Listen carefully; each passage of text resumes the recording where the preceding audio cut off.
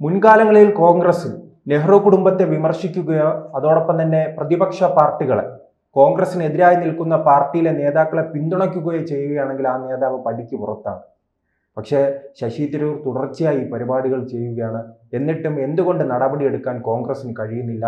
ഇപ്പോൾ വീണ്ടും നരേന്ദ്രമോദിക്ക് അനുകൂലമായി അദ്ദേഹം സംസാരിക്കുകയാണ്. ഒരു BJP വക്താവായി മാറുകയാണ്. ഇപ്പോൾ കോൺഗ്രസിനുള്ളിലെ BJP വക്താവായോ ശശി തരൂർ? ശശി തരൂരും ഇന്റർനാഷണൽ കോൺഗ്രസും എലിയും പൂച്ച കളി തുടരുകയാണ്. പിടിക്കുമെന്ന് ചോദിച്ചാൽ പിടിക്കില്ല. പിടി കൊടുക്കാൻ തയ്യാറായിട്ട് എലി നിൽക്കുകയാണ്. പക്ഷെ പിടിക്കാൻ പൂച്ചയ്ക്ക് താല്പര്യമില്ല. എലി നിരന്തരം പ്രകോപിപ്പിക്കുന്നു, എന്നിട്ടും പൂച്ചയ്ക്ക് വലിയ താല്പര്യമില്ല. അതിലൊരു പ്രധാനപ്പെട്ട കാരണം എന്ന് പറയുന്നത്, ഈ എലിയെ കടിച്ചാൽ ഈ പൂച്ച കുറേ വിഷമിക്കും. പൂച്ച സാധാരണ വിചാരിക്കുന്ന പോലെയൊന്നും കടിച്ചു തിന്നാൻ പറ്റുന്ന ഒരു എലിയല്ല ശശി തരൂർ എന്ന് നന്നായിട്ട് കോൺഗ്രസിന് അറിയാം. അതുകൊണ്ടാണ് ഇന്നലെ കോൺഗ്രസ് പാർട്ടിയുടെ മീറ്റിങ്ങിൽ പങ്കെടുക്കാതെ ഈ SIR-ആയിട്ട് ബന്ധപ്പെട്ട് 12 സംസ്ഥാനങ്ങളിലെ പ്രവർത്തക സമിതി അംഗങ്ങളുടെ യോഗമായിരുന്നു ഇന്നലെ ഡൽഹി നടന്നത്. തരൂർ അതിൽ പങ്കെടുത്തില്ല. പകരം ഇന്ത്യൻ എക്സ്പ്രസ് സംഘടിപ്പിച്ച രാംനാഥ് ഗോയങ്ക അവാർഡിലേക്ക് ആ ചടങ്ങിലേക്ക് അദ്ദേഹം പോയി. അദ്ദേഹം പോയത് വെറുതെ ഒന്നല്ല, പ്രൈം മിനിസ്റ്റർ നരേന്ദ്രമോദിയാണ് ആ പരിപാടി ഉദ്ഘാടനം, അദ്ദേഹമാണ് അതിൽ കീനോട്ട് അഡ്രസ്സ് നടത്തുന്നതെന്ന് മനസ്സിലാക്കിയിട്ടായിരിക്കും പോയത്.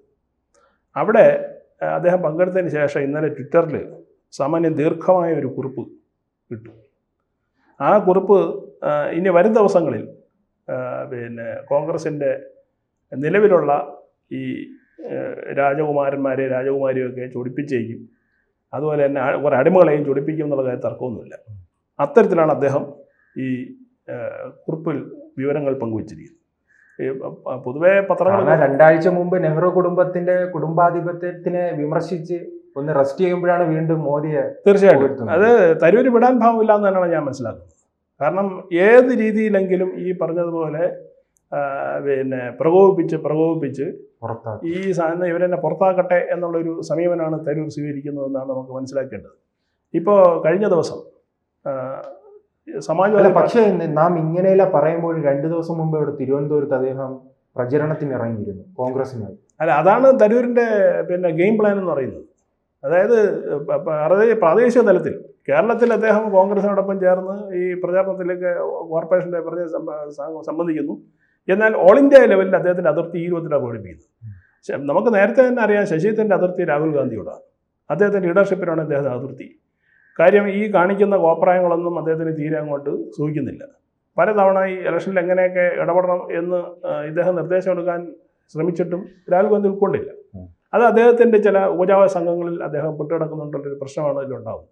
അപ്പോൾ അതുകൊണ്ട് സംസ്ഥാന കോൺഗ്രസ്സിന് അങ്ങോട്ട് ശുപാർശ ചെയ്യാൻ പറ്റില്ല. കാര്യം ഇയാൾക്ക് നടപടിയെടുക്കുമെന്ന് പറയാൻ പറ്റില്ല. എന്താ കാര്യം, അദ്ദേഹം ഇവിടെ സജീവമായിട്ട് കോൺഗ്രസിൻ്റെ പ്രവർത്തനങ്ങളിൽ സംസ്ഥാനത്തുണ്ട്. എന്നാൽ ദേശീയ തലത്തിൽ അദ്ദേഹം ഈ പറഞ്ഞ പോലുള്ള ചെറിയ ഇത്തരത്തിലുള്ള 1-2 ട്വിറ്റർ അറിയിപ്പുകളിൽ കൂടെയോ അല്ലെങ്കിൽ ഇതുപോലുള്ള പരിപാടിയിൽ പങ്കെടുത്തോ അദ്ദേഹം തൻ്റെ അതിർത്തി നിരന്തരമായി രേഖപ്പെടുത്തിക്കൊണ്ടിരിക്കുകയാണ്. ഇതിനോടൊപ്പം ചേർത്ത് വായിക്കേണ്ട ഒരു കാര്യം കൂടിയുണ്ട്. കഴിഞ്ഞ ദിവസം ബീഹാർ ഇലക്ഷൻ കഴിഞ്ഞതിന് ശേഷം സമാജ്വാദി പാർട്ടിയും RJD നേതാക്കളുമൊക്കെ ആവശ്യം ഉന്നയിച്ചു കഴിഞ്ഞു, രാഹുൽ ഗാന്ധി നേതൃസ്ഥാനത്ത് മാറണം. ആദ്യമായിട്ടാണ് അവരുടെ ഇന്ത്യ മുന്നണി മുന്നണിയിലുള്ള ഘടകകക്ഷികൾ രാഹുൽ ഗാന്ധിയുടെ നേതൃത്വമാണ് ഇതിനെല്ലാം കാരണം എന്ന് അവർ ഓപ്പണായിട്ട് പറഞ്ഞു തുടങ്ങി കഴിഞ്ഞു. ഇത് രഹസ്യമായിട്ടും പരസ്യമായിട്ടും തരൂര് വളരെ കാലമായിട്ട് പറയുന്ന ഒരു വസ്തുതയാണ്. ഇത് അംഗീകരിക്കാൻ കോൺഗ്രസിൻ്റെ ഹൈക്കമാൻഡ് കൂട്ടാക്കുന്നില്ല, അല്ലെങ്കിൽ കോൺഗ്രസിൻ്റെ നിലവിലെ പ്രസിഡന്റ് ഖാർഗെ അതിന് കൂട്ടാക്കുന്നില്ല എന്നുള്ളതാണ് വാസ്തവം. അപ്പോൾ ഈ തുടർ പരാജയങ്ങളും മറ്റു പ്രശ്നങ്ങളും ഉണ്ടായത് കൊണ്ടാണല്ലോ ഖാർഗയ്ക്ക് വേണ്ടി അവർ വഴിമാറി കൊടുത്തത്. അത് തീർച്ചയായിട്ടും. കാരണം രാജവാഴ്ചയ്ക്ക് എന്താണ് ചോദ്യം, എന്നിട്ട് ആ കുടുംബത്തെ വിമർശിക്കേണ്ട ഒരു സാഹചര്യമുണ്ട്. ഈ രാജവാഴ്ചയ്ക്കെതിരെ ആര് വിമർശിക്കാൻ പാടില്ല എന്നാണല്ലോ ഒരു അലിഖിത നിയമം. അതായത് സോണിയാഗാന്ധിയുടെ കുടുംബത്തിനെതിരെ ആരും സംസാരിക്കരുത്. നിങ്ങളെല്ലാവരും ഈ കുടുംബത്തിൻ്റെ അടിമകളാണ്. അതായത് കോൺഗ്രസ് പ്രവർത്തകരും മറ്റു നേതാക്കളും നിങ്ങൾ അടിമകളായി കഴിഞ്ഞോണം. നിങ്ങൾക്ക് ഇങ്ങോട്ട് ചോദ്യങ്ങൾ ചോദിക്കാനുള്ള അനുമതിയില്ല. പകരം ഞങ്ങൾ പറയുന്ന അങ്ങോട്ട് അനുസരിക്കുക എന്നുള്ളതാണ്. നമ്മൾ ഈ പണ്ട് രാജഭരണത്തിലൊക്കെ ഉണ്ടായിരുന്ന ഇതുണ്ടല്ലോ, ഒരു സേവാ സംഘം എന്ന് പറയും. രാജാവിനോട് ചേർന്ന് നിൽക്കുന്ന ചില ആളുകൾ, സ്തുതിപാഠകരെന്ന് നമ്മൾ പറയും.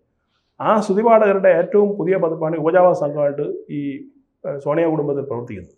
അവരാണ് ഈ മനുഷ്യനെ രാഹുൽ ഗാന്ധി ഉപദേശിച്ച് തെറ്റായ വഴിയിലൂടെ കൊണ്ടുപോയി ഈ പറഞ്ഞതുപോലുള്ള തോൽവികളിൽ നിന്നും തോൽവികളിലേക്ക് അദ്ദേഹത്തെ തള്ളിവിട്ടുകൊണ്ടിരിക്കുന്നത്.